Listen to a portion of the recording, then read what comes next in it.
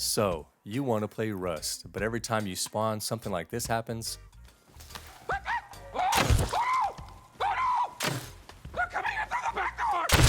Or maybe you meet someone not so friendly like this guy. You wish. You dirty. Man, I'm new. Well, if that's the case, then you came to the right video. I'm gonna show you how to go from being a naked, dirty beach bum to a first-time base owner. Let's go.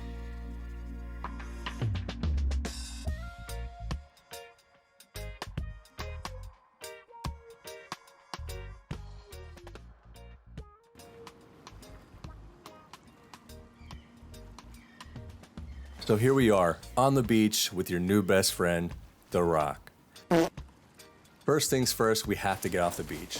The beach is where all the nakeds hang out, and these little grubs can slow down your progress more than a gear guy with an AK.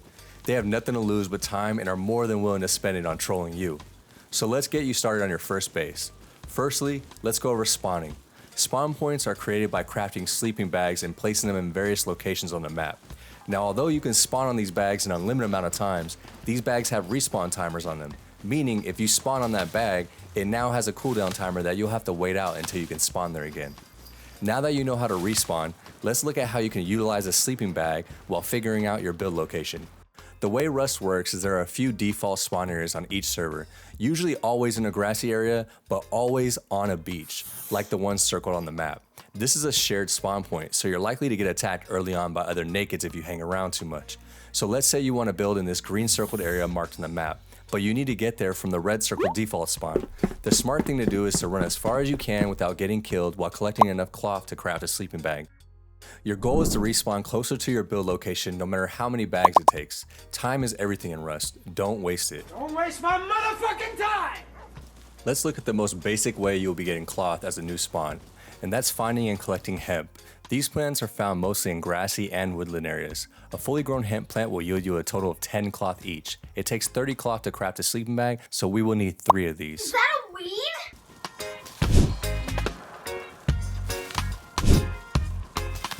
Okay, now we got all the cloth we need. Let's open up our craft menu and make a sleeping bag.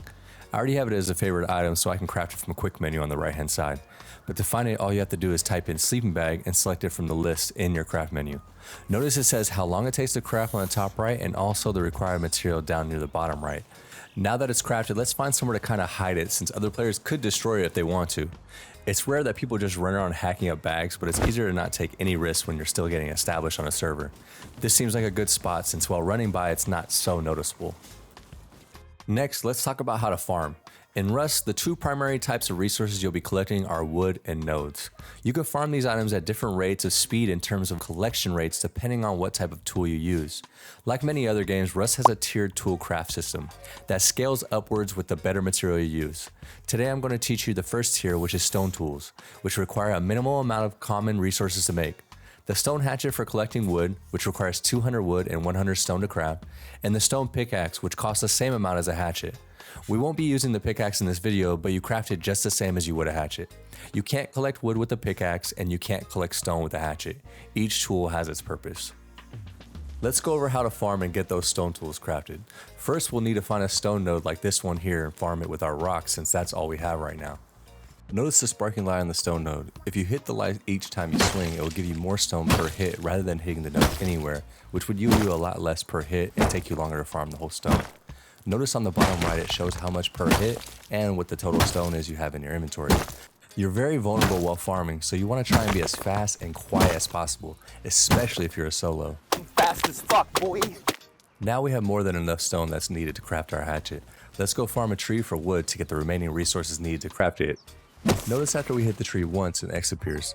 Similar to the sparking light on the node we saw before, hitting this X on the tree will help you get more per hit and help you farm the whole tree a lot faster. Rust calls this the X game. Oh my god. Oh my god, he on X Games mode. Okay, now we have enough wood to craft our stone hatchet. Let's open up our crafting menu. Notice I have this also favorited, but you can find it by either typing in the search field or select the tools column. Take note again of the time to craft and the cost to craft, both located on the right. Select craft. Now that we have our hatchet, let's equip it and start farming up the wood needed to build our base. Notice on the bottom right how much more wood we get per hit using the hatchet over the rock. A I want to point out something very important here in regards to sound that not a lot of new players actually figure out right away. Notice the repetitive hit sounds of the tree change and a creak was added. This means you are about to finish farming the tree and it will soon fall. You have 2 creaks before the third one makes the tree fall. Not only does this help you identify when the tree's about to fall, but it can also help you be a smarter farmer. See, hitting a tree makes a sound that is only heard by players nearby, but a tree falling projects a lot further than a tree hit. Some people will queue up a few trees to the second creek before running around and hitting all of them on the final swing to make them all fall together, so they can quickly run away since the fall alerts players further from them. Farmers are prime targets for players since farming takes a lot of time and it's quicker to kill someone for their farm rather than farm it all themselves. Let's take a quick look at what I mean by all that.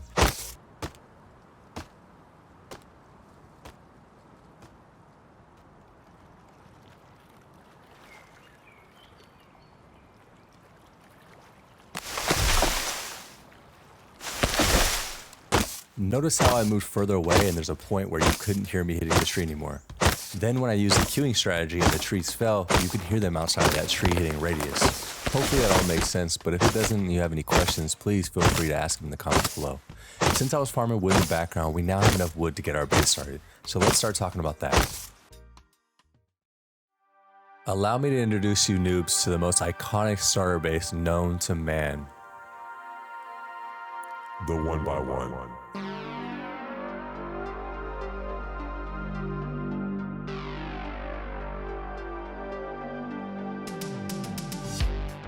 Known for its extremely cheap build cost and quick setup time, the 1x1 is what a lot of Rust players start out with.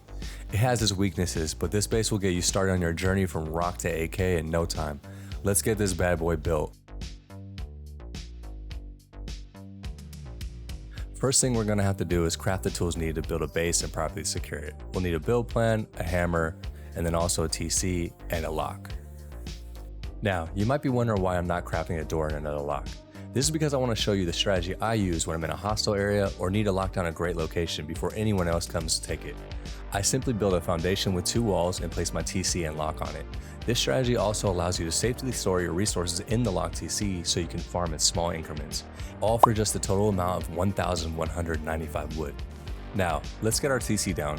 First, you're going to want to equip your build plan and select the square foundation from the wheel. Select the height you want it to be at, and if it's blue, go ahead and place it. Select the wall from the build plan and place one on the back and then one on the right. Now, let's put down our TC. A TC is a tool cover that gives you authorization to build in a certain radius of it and blocks other players from building in that radius too. It is the most important part of your base since access will allow others to take over your base or even unauthorize you to build in your own base.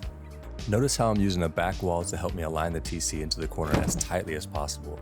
Due to the limited amount of space in a 1x1, you want to do this so you can fit as many storage boxes into this small area as possible. Let's go into our inventory and put the lock on our hotbar so we can place it on the TC like this. Now that it's locked and no other players can access it, we can store our resources in it. Notice the upkeep cost here at the top.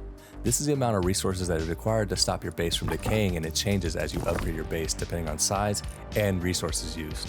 Next, we need to upgrade this foundation from twig to wood using the build hammer.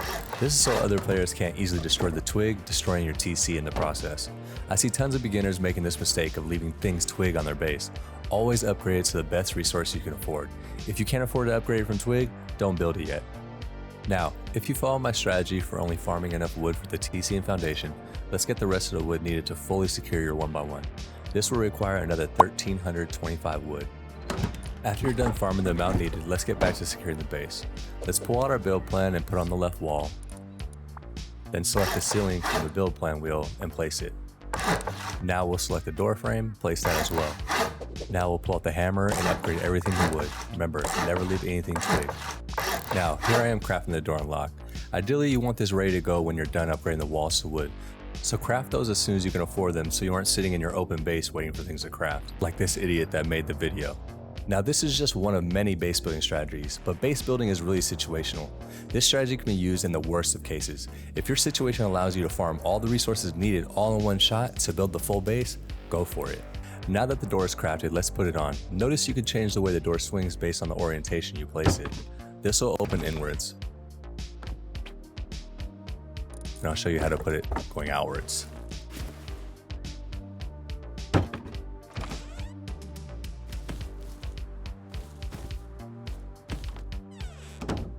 Now, let's select a lock from our hotbar and put it on the door like we did the TC. Now we're fully sealed. Now, remember how I mentioned the super cool 1x1 reveal transition earlier, how the 1x1 has its weaknesses? Well, the biggest one is only having one door.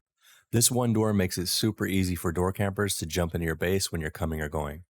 To fix this, we're going to build an addition to our base known as an airlock. So I'm going to need you to go out and farm 988 more wood to get this done. Now get! So now you got the wood. That's what she said.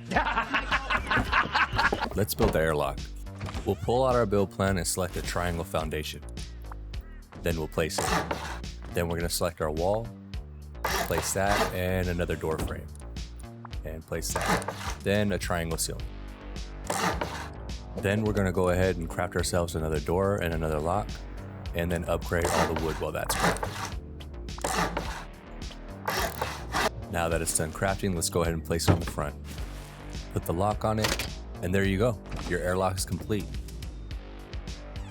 Let's go over how it works.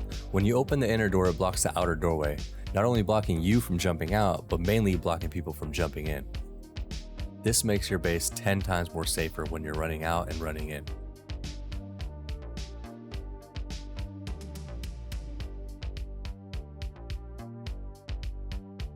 Now all that's left is to add a sleeping bag so you can respawn in your base. Then you're going to want to craft yourself a small box to hide all your loot. Go into your craft menu, select box, and wait for it to craft.